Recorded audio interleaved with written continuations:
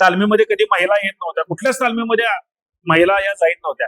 पण आमच्या ह्या संचालक बॉडीने आम्ही ही प्रथा बंद केली. प्रत्येक तालमीत पैलवानांचं मनोरंजन व्हावं म्हणून कबुतरांची पेटारे असायची. या तालमीला छत्रपती शाहू महाराजांचं वरदहस्त लाभलेलं आहे. आज कोल्हापुरातल्या आम्ही ज्या ठिकाणी फिरतो त्या ठिकाणी म्हणतात कोल्हापुरात तालीम बघायची तर जुनावदवर तालीम. म्हणजे हे जुनं कोल्हापुरातली पहिले सुरुवात असणारी कोल्हापुरी रत्नागिरी हायवेवर असणारी जुनी इतिहासकालीन तालीम म्हटलं तर वावगं ठरणार नाही. कोल्हापूर फक्त एक शहर नाही तर इतिहासाची जपणूक आहे.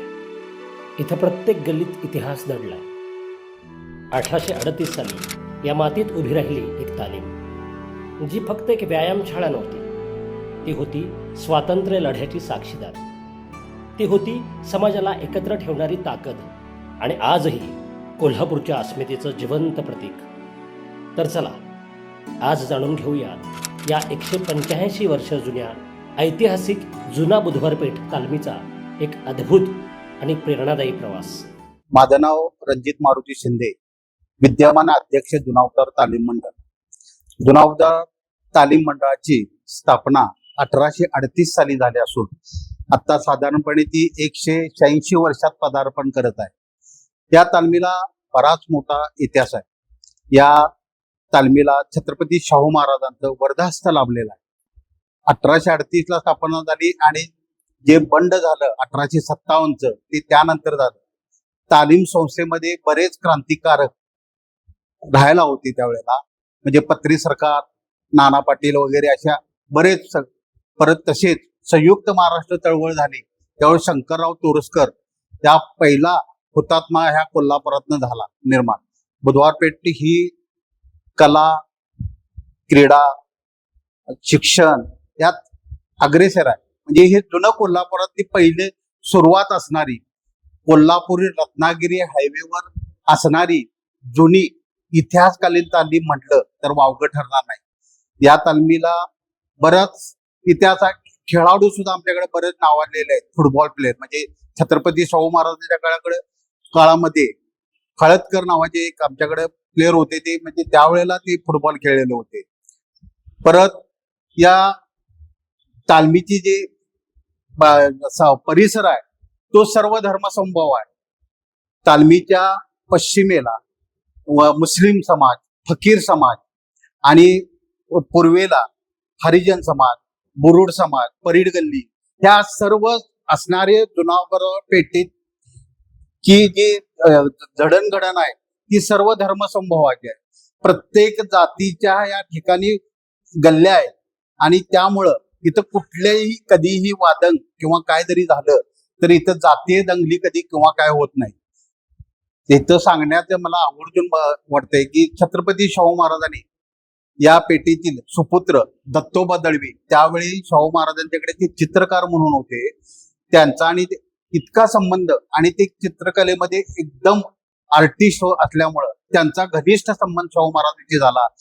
त्यामुळं डॉक्टर बाबासाहेब आंबेडकर यांच्या उच्च शिक्षणासाठी जी मदत किंवा जी काय पत्रव्यवहार केला तो या पेठेतील दत्तोबा दळवी या आमच्या चित्रकारांच्यामुळं त्यांचं शिक्षण, उच्च शिक्षणाला मदत झाली. तसेच डॉक्टर बाबासाहेब आंबेडकर यांचा जो जिवंत पुतळा, जिवंतपणी जो परवा पुतळा जो बिंदू चौकात बसवलेला आहे तो पुतळा बसवलेला आमच्या ते बाळ चव्हाण म्हणून आहे. त्यांनी स्वतः आंबेडकर शेजारी बसून घेऊन तो पुतळा तयार केलेला आहे. या पेठेतील ध्वनिमुद्रक रामनाथ जटार ज्यांनी 100 चित्रपटांचं ध्वनिमुद्रण केलं ते या पेठेतील. ह्या लाल मातीचं फार वैशिष्ट्य आहे. म्हणजे मला सांगायला अभिमान वाटतोय, हे जे खोरं आहे त्याचं जवळजवळ वजन 5 किलो आहे. असं आम्ही 5-5 हे 2-2 वेळा मैदान आणि ह्या फळीनं सफाई करून हे करत होतो. मी एक चांगला म्हणजे राष्ट्रीय लेवल, नॅशनल लेवलला खेळलो नाही, पण मी तालमीचा एक व्यायामपट्टू आणि एक कुस्तीगीर होतो. त्या ह्याच्यावर मला शिवाजी विद्यापीठामध्ये 1984 रोजंदारी म्हणून नोकरी झाली. त्यानंतर मी निवृत्त झालो, 33 वर्षी नोकरी झाली, सुप्रिटेंडेंट म्हणून निवृत्त झालो. ही पुण्याई ह्या तांबडी मातीची आणि ह्या बुधवार पेठीची आहे.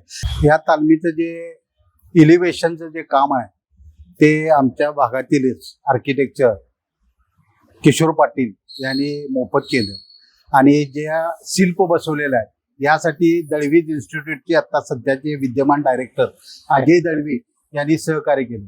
शिल्प बसवताना नुसतीच चित्र म्हणून बसवलेलं आहे, त्याला ऐतिहासिक रेफरन्सेस घेऊन म्हणजे इंद्रजित सावंत असतील, जयचंद्रराव पवार साहेब असतील, या लोकांचे ऐतिहासिक रेफरन्सेस घेऊन केलेलं आहे. शाहू महाराजांचं जे आम्ही शिल्प बसवलेलं आहे ते पूर्व दिशेला बसवलेलं आहे. पूर्व दिशेला का बसवलं तर शाहू महाराजांचं जन्मस्थळ आणि समाधीचं हे पूर्वेला आहे आणि महाराणी ताराराणी छत्रपती ताराराणी महाराज यांचं जे शिल्प बसवलेलं आहे ते पश्चिमेला बसवलेलं आहे. पश्चिमेला बसवण्याचा उद्देश म्हणजे ताराराणींचं पहिलं राजधानी हे पावनगड, त्या पावनगड पन्हाळा या ठिकाणी असल्यामुळं त्या बाजूला त्यांचं ताराराणीचं शिल्प आम्ही बसवलेलं आहे, ताराराणी महाराजांचं. आणि शिवाजी महाराजांचं जे शिल्प आहे ते काल्पनिक केलेलं आहे, म्हणजे आम्ही राज्याभिषेक नाही आहे. शिवाजी महाराज हे लढाईसाठी जाण्यासाठी जे तयारीत आहे म्हणजे ढाल तलवार ह्याला रेफरन्सेस आहेत. तलवार ही भवानी तलवार किंवा त्यांच्या कपाळावर जो टिळा आहे तो चंद्रकोर नसून टिळा आहे, कारण पूर्वीच्या जे रेफरन्सेस बघितले तर आता जे चंद्रकोर लावण्यात आलेला आहे, पण पूर्वी काही आम्ही संभाजी महाराज वगैरे यांच्याकडे आम्ही छत्रपती संभाजी महाराज यांच्याकडे रेफरन्सेस घेतले तर टिळा हा, त्यामुळे आम्ही ती टिळा भगवातील केलेला आहे. पण मोत्याची माळ, कवड्याची माळ ह्या जे काही रेफरन्सेस ऐतिहासिक रेफरन्सेस घेऊन केलेला आहे. त्यानंतर जो शिवाजी महाराजांचा जो पुतळा बसवला आहे तो दक्षिणेला तोंड करून आहे, कारण दक्षिण मोहीम ही शिवाजी महाराजांची प्रसिद्ध आहे. जशी उत्तरेपेक्षा दक्षिण मोहीम आहे तर दक्षिणेला त्यांची मोठी 20x20 ची मूर्ती असल्यामुळे 20 फूट असल्यामुळे ती तिकडे गेल्या आणि त्या जागेच्या ह्याच्यावर आमचे किशोर पाटील आणि संतोष भोसले इंजिनियर यांच्या आणि अजय दळवी या लोकांच्या माध्यमातून त्यांच्या विचारातून सर्व तालीम संचालन मंडळाच्या विचारमंडळाने हे शिल्प बसवलेले आहे. 1838 साली स्थापन झालेली तालीम ही आमची आज 186व्या वर्षाचं पूर्ण केलेले आहेत आणि 187व्या वर्षामध्ये आता आम्ही प्रवेश करत आहोत. म्हणजे 187 वर्ष ही तालीम आहे या जागेवर उभी आहे. आज या तालमीबाबत जर बोलायचं झालं तर पहिला आपली लागते पंचगंगा नदी आणि पंचगंगा नदीपासून पहिलं गाव वसते ती नदी काठाला आणि त्या काठामधली पहिली तालीम आमची म्हणावी लागेल, कारण ज्यावेळी रजिस्टर नोंदणी सुरू झाली त्यावेळी पहिल्या 5 नोंदणी या छत्रपती घराण्याच्या आणि 6वी नोंदणी तालीम संस्था म्हणून हे आमचे आहे. तालमीमध्ये कधी महिला येत नव्हत्या, कुठल्याच तालमीमध्ये महिला या जात नव्हत्या, पण आमच्या ह्या संचालक बॉडीने आम्ही ही प्रथा बंद केली.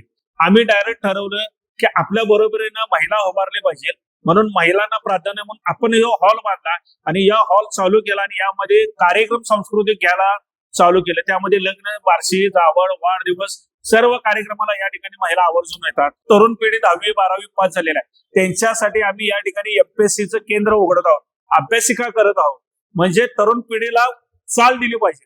आम्ही एक निर्णय घेतला तालीम उभी करत असताना की आपला सर्वांचा पक्ष आणि आपलं राजकारण उंबऱ्याच्या बाहेर, तालमीसाठी आपण सगळ्या नेत्यांच्याकडनं निधी उभा करणे, एक आदर्शवत तालीम ज्या तालमीकडे आज लोक बघताना पडलेली तालीम म्हणून बघायची किंवा मशानभूमीकडे जाताना जी तालीम आहे किंवा नदीकडे जाताना जी तालीम आहे, तालमीची ओळख पुसण्यात आली होती. पण जे आम्ही ह्या संचालक बॉडीने घडवलं, आज कोल्हापुरातले आम्ही ज्या ठिकाणी फिरतो त्या ठिकाणी म्हणतात कोल्हापुरात तालीम बघायची तर जुनावदवर तालीम. ऐतिहासिक ठेवा, इतिहासाचा कुठेतरी लोकांना मिळणारा दृश्य या तालमीच्या माध्यमातून आम्ही सर्वांनी घडवलेला. नमस्कार, मी विद्यमान सेक्रेटरी सुनील केशवराव शिंदे मामा. 21 फुटी गणपती हा आपल्या तालीम संस्थेनेच बसवला. तो म्हणजे 1978 आणि 77 आणि 78 या 2 वर्षी 21 फुटी 2 मूर्त्या बसवल्या. किंवा इतर तालमीमध्ये सुद्धा गणेश चतुर्थीच्या वेळेला एक पान सुपारी म्हणून कार्यक्रम असायचा आणि तो सायंकाळी 5 दिवस किंवा 7 दिवस असा चालायचा. तर आज आमच्या तालमीतले सायकलवरून जाऊन कार्यकर्ते इतर तालमींना आमंत्रित करायचे की उद्याला आमच्या तालीम संस्थेची पान सुपारी आहे आणि आपण यावं. तर पान सुपारी म्हणजे काय, एक विडा आणि नारळ हा आपला एकमेक जो दुरावा व्हायला नको म्हणून एकमेकाची सांगड बसावी आणि एकमेकाची ओळख व्हावी अशा भावनेतनं प्रत्येक तालमीचं एकमेक असं प्रत्येक तालमीचं चालायचं. प्रत्येक तालमीत पैलवानांचं मनोरंजन व्हावं म्हणून कबुतरांची पेटारे असायची. तर ते प्रत्येक तालीम संस्थेकडे 200, 100, 150, 200 तरी कबूतर असायचे. आणि ह्या कबुतरांचं एक असं होतं की ज्यांचं कबूतर जास्त वेळ वर आकाशात झेपावलं जातं त्या तालमीचाच बहुमान असायचा. तर असे हे खिलाडू वृत्तीप्रमाणे ज्ञान होतं. एखादं हेरिटेज फक्त जुन्या इमारतींमुळे महान होत नाही, तर त्या जागेनं घडवलेल्या माणसांमुळे होतं. जुना बुधवार पेठ तालीम म्हणजे तांबड्या मातीचा अभिमान, एकतेचं प्रतीक.